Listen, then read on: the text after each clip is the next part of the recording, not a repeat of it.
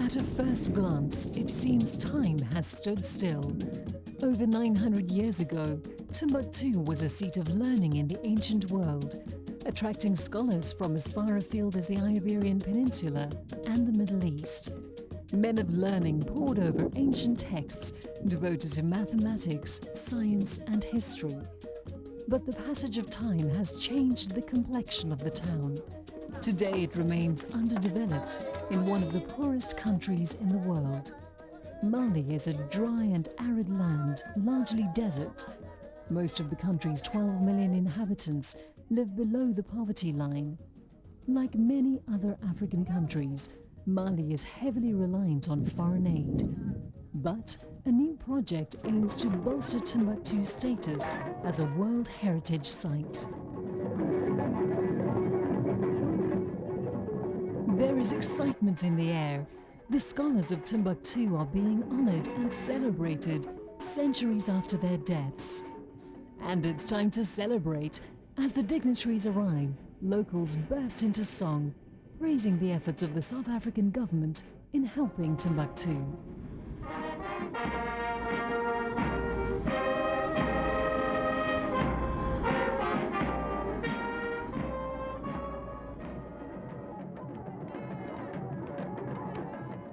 The project was started 5 years ago, after then-President Thabo Mbeki visited Mali and was informed of the manuscripts and their potential loss to the elements.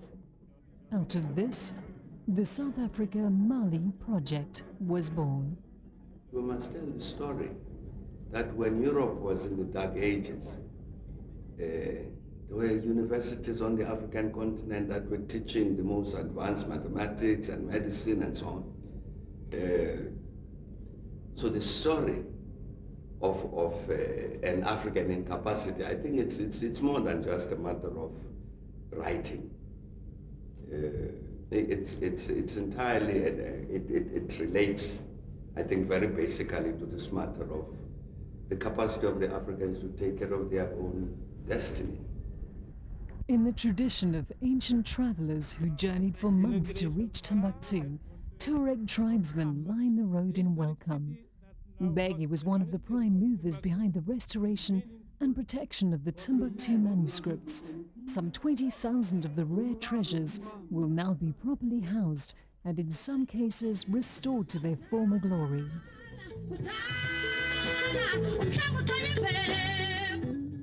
This is the first successful cultural cooperation project under the new Partnership for Africa's Development.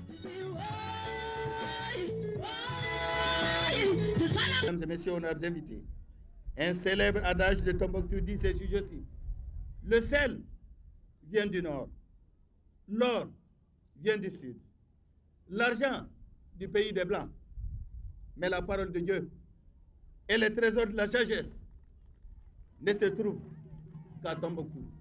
More work has to go into ensuring that the people of Mali understand what it means to be descendants of a nation, of not just intellectuals, but those who pioneered the intellectual work across all fields, even before all the other great civilizations of the world began. Over 60 million rand was raised by government and private donors to the project. With help from a Malian construction company, the South African architects were able to build the library within 2 years in scorching temperatures. During the whole period of colonialism, there's an idea that evolved among colonizing countries and white society in general, that in reality Africans had no history.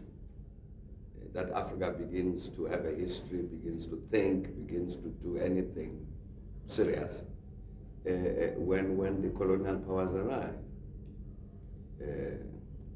You know this very well, that among other things, that whole period destroyed the confidence among many Africans who felt that they don't have any capacity to do anything. Can't solve their problems. They require somebody from somewhere else in the world to solve the problems for them. And we've been saying that, of course, as Africans, we're perfectly capable of solving our problems and must solve our problems. Building material was shipped from South Africa via the Ivory Coast and Senegal, then transported for another 1,000 kilometers to Timbuktu. A job of this magnitude has never been undertaken in this desertous area. I'm saying that there's a whole history of the continent that needs to be told to Africans. And I think it's critically important in this global objective of achieving, as I was saying, of achieving this recovery of an African sense of dignity and self-confidence and ability to say we're perfectly capable of bringing about this African Renaissance. So I think that's a lot of work that needs to be done. NEPAD, African Union, must go beyond the Timbuktu manuscript. Timbuktu has now been declared a World Heritage Site, and the library has been named after Ahmed Baba, Timbuktu's greatest writer and politician. Though many of his writings were lost after his enslavement when Morocco invaded the city, his legacy lives on.